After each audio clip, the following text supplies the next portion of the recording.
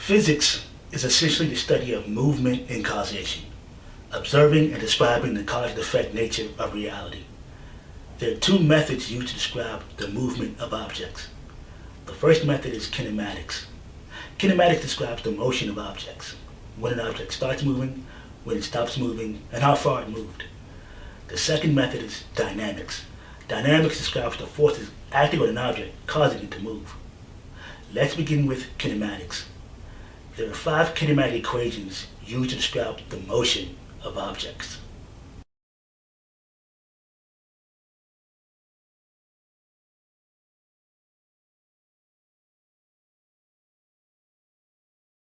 The average velocity of a moving object is equal to the final velocity plus the starting velocity divided by 2. The distance an object moves is equal to the average velocity times the time it takes to move. The acceleration of a moving object is equal to its final velocity minus its starting velocity divided by the time it takes to move. The distance an object moves is also equal to the starting velocity times the time it takes to move, plus 1/2 of the product of the acceleration and the square of the time it takes to move. The square of a moving object's final velocity is equal to the square of its starting velocity, plus twice the product of the object's acceleration and the distance it moved.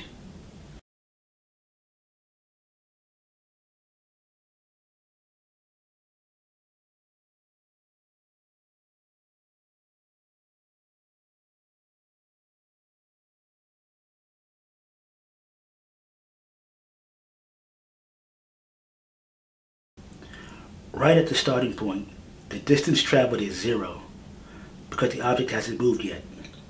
That's what starts from rest means. Since the object hasn't moved, it has no initial speed v sub I either.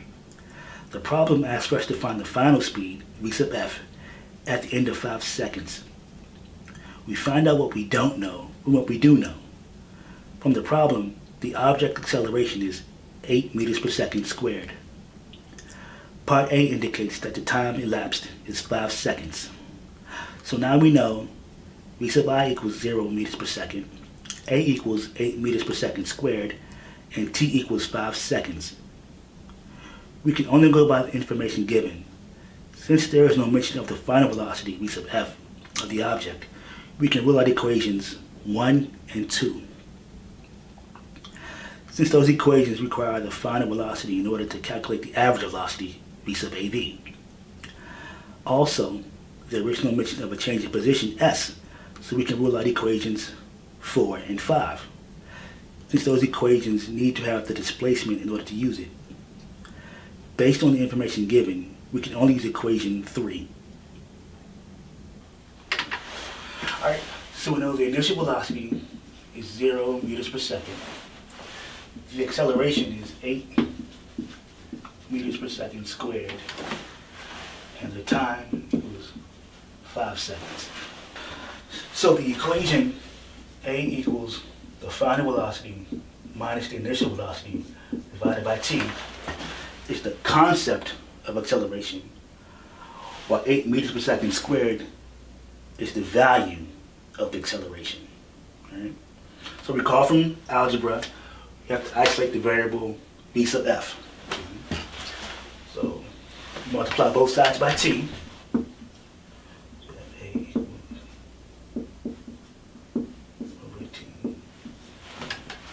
That gives us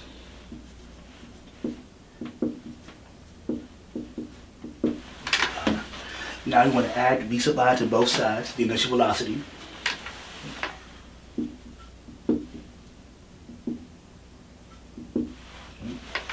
Now we have 8t plus initial velocity equals the final velocity. Thus, the final velocity equals at plus ai. Right? So now we want to substitute the values in. We'll substitute for a, substitute for t, then substitute for the initial velocity.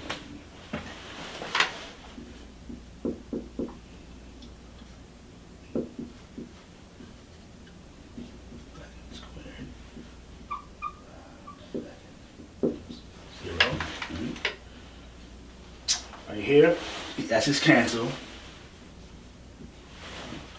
So the final velocity equals 8.0 meters per second times 5. Then the final velocity equals 40 meters per second. That's our answer there.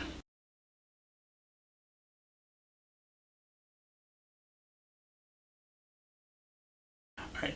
Part B asks us to find the average velocity of the object.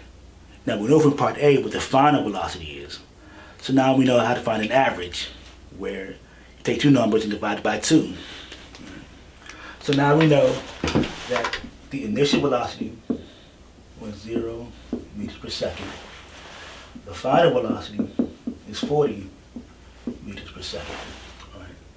So the average velocity is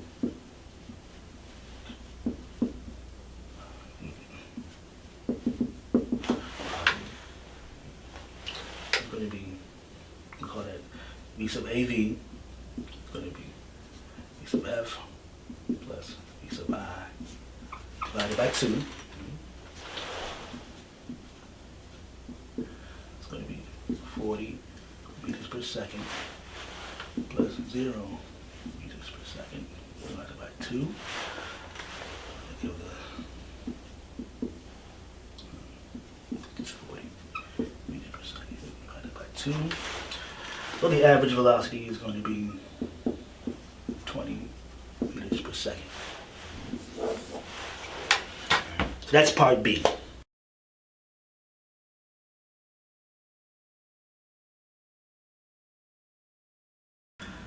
Part C asks to find the total distance traveled, in other words, the displacement of the object. Using what we know, given in the problem, V sub I equals 0 meters per second, A equals 8 meters per second squared, and T equals 5 seconds. We calculated V sub F equals 40 meters per second, and the average velocity equals 20 meters per second. Equations 1 and 3 cannot be used since there is no displacement S element in those equations. Equation 5 can be excluded because there is no time element in that equation. Both equations 2 and 4 have a displacement S and time element T in them, so we can use either of them. So now using equation S equals AV T, we know from part B that the average velocity was 20 meters per second. And you know from the initial problem that T equals 5 seconds. So now we'll use direct substitution.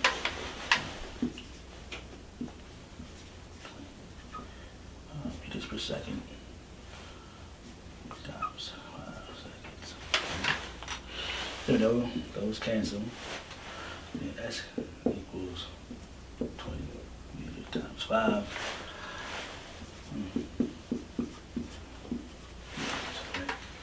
So the distance traveled was 100 meters.